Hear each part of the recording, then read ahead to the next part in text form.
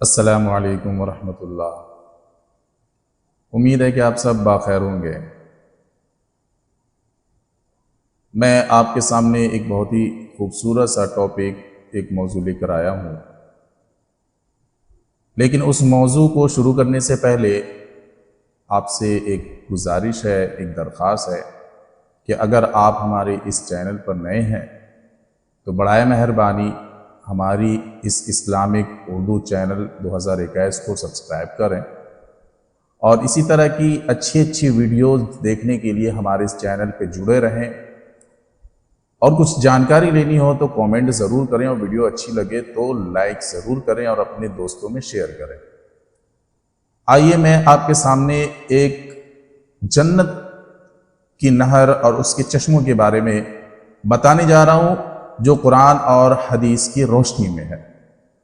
جنت کی نہریں اور جنت کے چشمے۔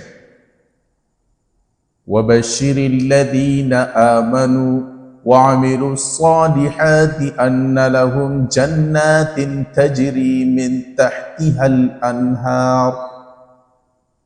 اور اے پیغمبر، آپ ان لوگوں کو جو ایمان لائے اور نیک کام کرتے رہے یہ خوشخبری سنا دیجئے کہ ان کے رہنے کے لیے جنت میں گارڈن ہے، باغ ہے، جن کے نیچے سے نہریں بہ رہی ہے۔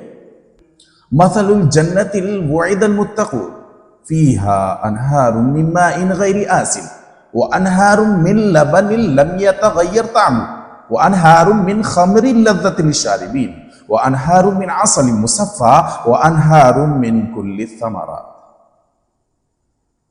جس جنت کا اہل تقوی یعنی پرہیزگاروں سے وعدہ کیا گیا ہے اس کی کیفیت کیا ہوگی اس کو جانیے کہ اس میں ایسے پانی کی نہریں ہیں جس پانی کی رنگ اور خوشبو اور مزے میں ذرا بھی اتار چڑھاؤ نہیں ہوگا، اور ایسی دودھ کی نہریں ہیں جس دودھ کا ذائقہ ذرا بھی بدلا ہوا نہ ہوگا، اور ایسی شراب کی نہریں ہیں جو پینے والوں کے لیے بہت ہی مزیدار ہوگی، اور ایسے شہد کی نہریں ہیں جو بالکل صاف اور خالص ہوگا، یعنی بہت ہی مخصوص ہوگا۔ آگے ایک اور آیت ہے، ان المتقین فی مقام امین فی جنات وعیون۔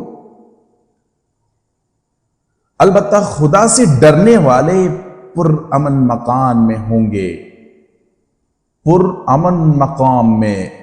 یہ بات جان لیجئے کہ دنیا میں ایک انسان کو پرسکون مکان، پرسکون جگہ کی تلاش ہوتی ہے جہاں کسی طرح کا شور شغب نہ ہو، تو ایسے مقام میں ہوں گے، باغوں اور چشموں میں ہوں گے۔ الحدیث عن معاویہ رضی اللہ تعالی عنہ عن النبی صلی اللہ علیہ وسلم قال ان فی الجنة بحر الماء وبحر العسل وبحر اللبن وبحر الخمر ثم تشقق الانہار بعدہ۔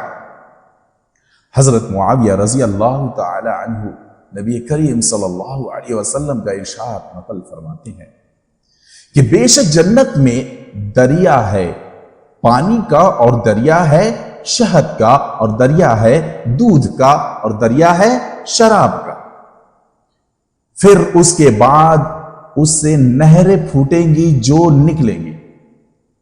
الحدیث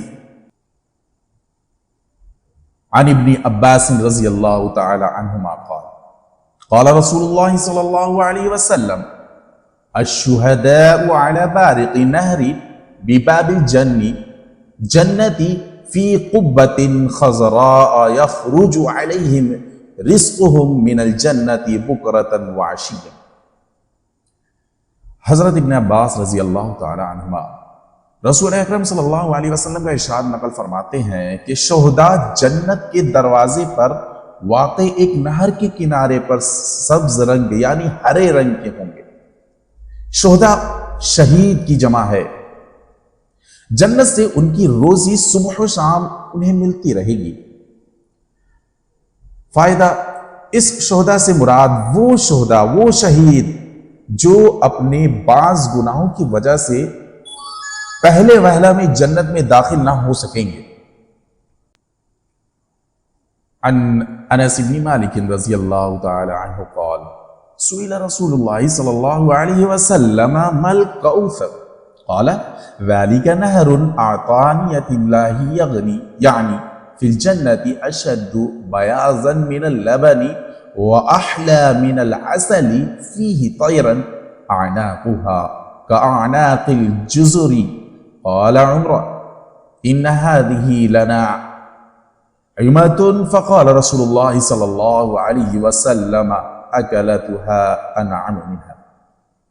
حضرت انس بن مالک رضی اللہ تعالی عنہ فرماتے ہیں رسول اکرم صلی اللہ علیہ وسلم سے پوچھا گیا کہ کوثر کیا ہے؟ آپ نے ارشاد فرمایا وہ ایک نہر ہے جو اللہ تعالی نے مجھے عطا فرمائی ہے، یعنی جنت میں وہ دودھ سے زیادہ سفید ہے اور شہد سے زیادہ میٹھی ہے۔ اس میں پرندے ہیں جن کی گردنیں اونٹ کی گردنوں کی طرح ہے۔